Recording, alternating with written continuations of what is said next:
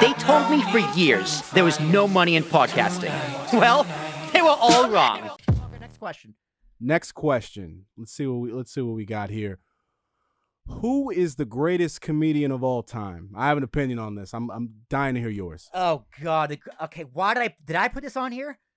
Yes. Yeah, I did put this on here. Why did I put this on here? The greatest comedian of all time. Oh, that's tough.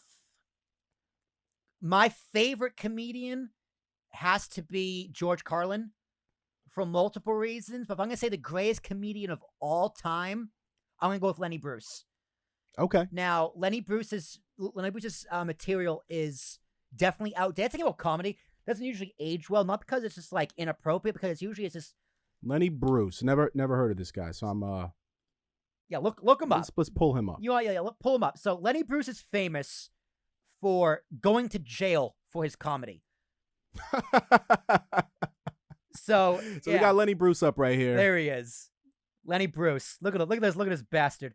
This guy was absolutely crazy. So you're telling me if I could look up a mugshot right now? Try it. Lenny Bruce mugshot.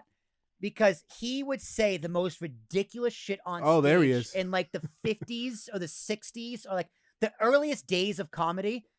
And he went to jail for speaking live on stage. Like Will Smith didn't even go to jail for smacking a comedian. All right? This is like Will Smith smacking Chris Rock and Chris Rock going to jail for the joke.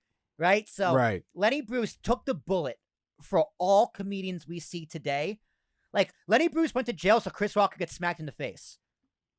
Yeah, I think a guy that's comparable to him would probably be Richard Pryor. Yeah, my number 2 is Richard Pryor. Similar reason, he was just so funny. His stuff still stands up. And if you ask any comedian who their favorite comedian is, it's probably Richard Pryor. Right. But Carlin was weird. So what Carlin did, he was clean cut comedy. Like he did the colleges in a suit. He's like, hey, so airline food, what did the waitress say to the bartender? When's your shift up? Right? That's not even funny. But like he would do like that stupid comedy like that just because it was appropriate. And then he just went a complete 180. And then his most famous skit was the 7 words you can't say on television. And he just went completely dirty, and he pretty much died on stage. So the FCC was going after this guy. The FCC was going after Lenny Bruce, 100%. Mm-hmm. So he took the bullet so all of us of comedy could stand up.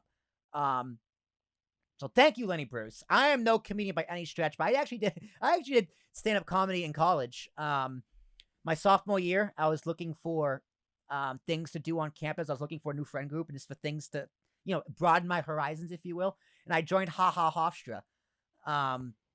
I remember the first time I went up there, killed it. I was just like, oh, this comedy thing is easy. Like I went up there, my bit was amazing, it was hilarious. Everyone was dying laughing. I left that room going, I am the coolest guy at Hofstra. Went there the next time, did a bit, ate a giant bowl of shit. Awful. And I was like, wow. Booed? This is comedy. What is booed? Did you get booed? No, I didn't get booed. But so part of the club was, you do your skit for you do your bit for like 3-5 minutes, and then they give you 3 critiques. One of the critiques was, don't say bitch. And I was just like, you motherfucker. I have 3 critiques, and that's what you give me? Don't say bitch? You gotta listen to George Carlin, you bitch. See, I had the reverse situation. So, all right, what you got? Me, artist background, rapper, singer, producer. But at this point, I was really just trying to go the distance with rap. And there was a rap competition where everybody would do their thing, and there was I would go to a Catholic Vincentian University, St. John's University. Not allowed to curse. So I didn't curse. I was following the rules. People that come on after me, no regard. And obviously they had more impact with the crowd because we're talking about a whole bunch of, young adults, teenagers, and F this, F that, B words and all this stuff, F bombs. And the people are like, the hosts are looking at them like, what are you doing? But the crowd is going nuts. So I'm like, damn, that's, that might be the last time that I learned my lesson that one. I followed the rules, but that's not what took the cake.